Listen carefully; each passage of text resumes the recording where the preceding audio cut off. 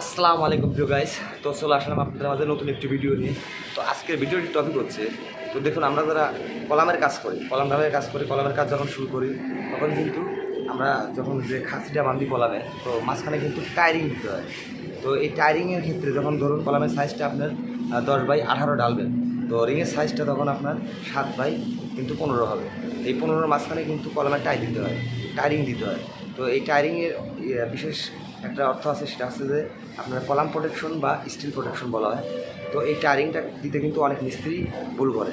তো এই ভুলটা হচ্ছে যে কলামের যে আপনার ধরুন 7/15 রিংটা যে হয়, তার মাঝখানে কিন্তু এক্সট্রা করে রিং বানায় টায়ারিংটা কিন্তু বসায় যায়। কিন্তু অনেক 95% মিস্ত্রি জানে না যে এই টায়ারিংটা একইভাবে কীভাবে বানাতে হয় এবং কীভাবে দিতে হয়।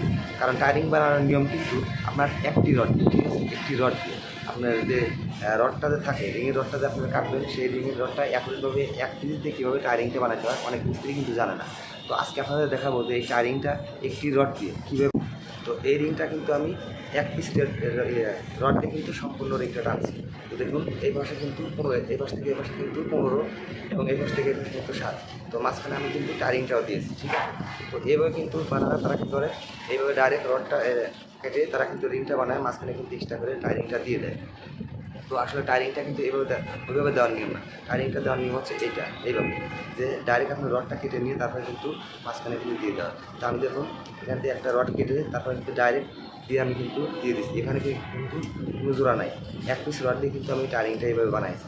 তো এইভাবে আপনারা কীভাবে বানাবেন এবং এই রডটা কত ইঞ্চি কাটতে হবে সম্পূর্ণ আপনাদের দেখাবো। তো রিংটা কীভাবে বানাবেন, এই রিংটা এইভাবে কীভাবে বানাবেন আমি সম্পূর্ণ প্র্যাকটিক্যালি আপনাদের দেখাবো। তাহলে চলুন কথা না বাড়িয়ে এই একটি রড দিয়ে কীভাবে টায়ারিং এবং কলাম রিং কীভাবে বানানো যায় সম্পূর্ণ আমি আপনাদের দেখাবো। তো প্রিয় গাইস, আপনাদের আমি বোঝানোর ক্ষেত্রে আমি সর্বপ্রথম আগে যে 5 ইঞ্চি আপনার মাঝখানে যে টায়ারিংটা হবে সেই টায়ারিংটার মাপ দিয়ে নিচ্ছি। তো মাঝখানে টায়ারিংটার মাপ কিন্তু 5 ইঞ্চি, আমি তো 5 ইঞ্চি মাপটা দিয়ে নিছি। তো এরপরে যে 7 ইঞ্চি যে মাপটা, যেহেতু 7/15 রিং, তো মাঝখানে 7 ইঞ্চি মাপটা আমি কিন্তু দিয়ে নিছি। তো এরপর আমি রডটা সুন্দর করে আগে সর্বপ্রথম যেহেতু 7/15 রিং, তো ওই 15 ইঞ্চির মাথায় আমি রডটাকে দিয়ে নেব এবং ওই 15 ইঞ্চি মাপের থেকে আপনারা 1 ইঞ্চি, একের থেকে মানে 1.5 ইঞ্চি আপনারা সুন্দর করে রডটা মাপ দেবার কারণে, যেটা ওই 1.5 ইঞ্চি আপনার হুকের জন্য আপনারা বের করে নেবেন। তো তারপরে সুন্দর করে আপনারা অ্যাকুরেটভাবে রডটা মাঠাম দিবেন। তো তারপরে আমি 15 ইঞ্চি কিন্তু আমার মাঠাম দেওয়া শেষ। তো এরপর আমার 7 ইঞ্চি আমি রিংটা সুন্দরভাবে টান দিয়ে নেব। তো অবশ্যই এই জিনিসটা খেয়াল রাখতে হবে যে আপনারা এই যে 7 ইঞ্চি এই মাথা অতটুক দিলেন, ওই মাথার জন্য অতটুক সেম সোজা থাকে। এই রিংটা আপনি কিন্তু সোজা করে আপনারা চোখের স্টিমেটে আপনি বানাবেন, ঠিক আছে। এদিক সেদিক যেন না হয়, অ্যাকুরেটভাবে আপনারা রিংটা টানার চেষ্টা করবেন। তো আমি কিন্তু এরপরে মাপ নিচ্ছি কত, যেহেতু 15 ইঞ্চি টানা শেষ, 7 ইঞ্চি টানা শেষ, এবার আমি এখান থেকে এই হুকের থেকে আমি 10 ইঞ্চি কিন্তু নিয়ে নিছি, ঠিক আছে। তো যেহেতু আমাদের মাঝখানে যে গ্যাপটা আছে 5 ইঞ্চি, এই পাশে ও পাশে এবং মাঝখানে 5 ইঞ্চি, তাহলে 15 ইঞ্চি কিন্তু। তারপরে সুন্দর করে এবার আমরা 7 ইঞ্চি ধরে কিন্তু আমরা মাঝখানে মাঠাম দিয়ে আবারও নিলাম। এরপরে মাপটা নেব যে আমি 5 ইঞ্চি প্রথম যে আমি একটা মাপ দিয়েছিলাম 5 ইঞ্চি টায়ারিংয়ের জন্য, সেটা কিন্তু। তো এখন আমি দেখুন এখান থেকে এই পাশে কিন্তু 5 ইঞ্চি আমি নিয়ে নিয়েছি। তো আপনারা কিন্তু এভাবে 5 ইঞ্চি নিয়ে নেবেন, এটাই হচ্ছে টায়ারিং। তো দেখুন টায়ারিংয়ের যেটা শেপ, কিন্তু শেপটা কিন্তু চলে আসছে। তো আসলে এটা একটা দক্ষতার পরিচয় না দিলে কিন্তু এটা ভুল হবে, কারণ এই রিংটা কিন্তু 95% মিস্ত্রি কিন্তু বানাতে জানে না, ঠিক আছে। তো দেখুন আমার যে মাঝখানে টায়ারিংটা, সেটা কিন্তু অলরেডি শেপটা চলে আসছে কিন্তু, দেখুন। তো এরপর আমরা 15 ইঞ্চি যে তারকাটা আমরা গেড়ে নিয়েছি, এই দ্বিতীয়টা আপনি ওই তারকাটার সাথে ঠেকাই দিয়ে তারপর কিন্তু টান দিবেন। তো দেখুন আমাদের কিন্তু রিংটা পরাই টানা শেষের দিকে। তো দেখুন আমাদের এই রডটা আনসাইজ, আমরা আনসাইজ রড দিয়ে, তো এটা মাপা ছিল না, আমি খেয়াল করিনি। তো না খেয়াল করার কারণে এটা কিন্তু আনসাইজ রড। তো আপনারা অবশ্যই রডটা মেপে কেটে নেবেন। তো এই রডটার মাপ কত হবে আমি নেক্সটে আমি বলে দিচ্ছি। তো আরেকটা বিশেষ করে কথা হচ্ছে যে এই যে আমি হুকটা দিলাম, এই হুকটা কিন্তু অনেকেই ভুল করে যে এই হুকটা কিন্তু দেয় না। তো এই হুকটা অনেক কিন্তু একটা কার্যকরী বিষয়, এটা না দিলে কিন্তু ইঞ্জিনিয়ার আপনার অবশ্যই ভুল ধরবে। তো আপনাদের বোঝানোর ক্ষেত্রে আমি আরেকটা রিং আপনাদের বানিয়ে আমি দেখাচ্ছি। তো দেখুন সর্বপ্রথম ওই প্রথমটার মতোই আপনারা 15 ইঞ্চির থেকে সর্বপ্রথম আপনারা আগে 15 ইঞ্চি মাপটা নেবেন এবং 15 ইঞ্চি মাপটার দাঁত থেকে আপনারা 1.5 ইঞ্চি কিন্তু বাড়তে নেবেন, যেটা কিন্তু হুক।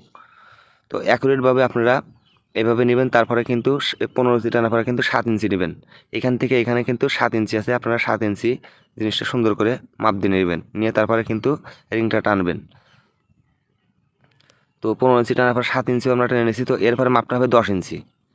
আপনারা এই রডের যে আছে এইখান থেকে কিন্তু আপনারা এই মাথা পর্যন্ত 10 ইঞ্চি নিয়ে দেবেন। অ্যাকুরেট আপনারা নেবেন, কারণ এদিক সেদিক এলোমেলো কিন্তু আপনার কম বেশি হয়ে যাবে। তো এইটা কিন্তু আমি 10 ইঞ্চি নিয়েছি। তো প্রথম মাপটা হলো 15 ইঞ্চি, তারপর 7 ইঞ্চি, তারপরে 10 ইঞ্চি। 10 ইঞ্চি নেওয়ার পরে আবারও 7 ইঞ্চির দাগে আপনারা ধরে তারপর কিন্তু রডটা এভাবে আবারও সুন্দর করে মাটাম দিয়ে নেবেন, এভাবে রিংটা টান দিবেন। দেওয়ার পরে এইবার আপনারা কী করবেন, এইখান থেকে এখানে 5 ইঞ্চি নেবেন। তো এইখান থেকে আমরা কিন্তু পুরো 5 ইঞ্চি, এইখান থেকে আমি 4.5 ইঞ্চি, আর এই পাশে কিন্তু হাফ ইঞ্চি, যার কারণে পুরা কিন্তু হবে 5 ইঞ্চি। তো আপনারা এখানে অবশ্যই টেপ দিয়ে মাপ দিয়ে দেখে নেবেন। আর এই রডটার মাপ হচ্ছে, পুরোটা রডের মাপ হচ্ছে আপনার যেহেতু 7-15 কলমের জন্য আমরা কিন্তু এটা 7-15 বলতে কি, এটা হচ্ছে 10/18 রিংয়ের জন্য আমরা 7-15 রিং টানছি। তো সেই ক্ষেত্রে আপনারা রডের মাপটা আমাদের 70 ইঞ্চি কিন্তু আমরা কেটে নিছি। তো যদি কলম আপনাদের এদিক সেদিক হয় তাহলে আপনারা সেই কলামের মাপের হিসাবে আপনারা রিংয়ের রডটা আপনারা মাপ দিয়ে কেটে নেবেন। দেখুন আমাদের কিন্তু কত সুন্দর একটা শেপ চলে আসছে।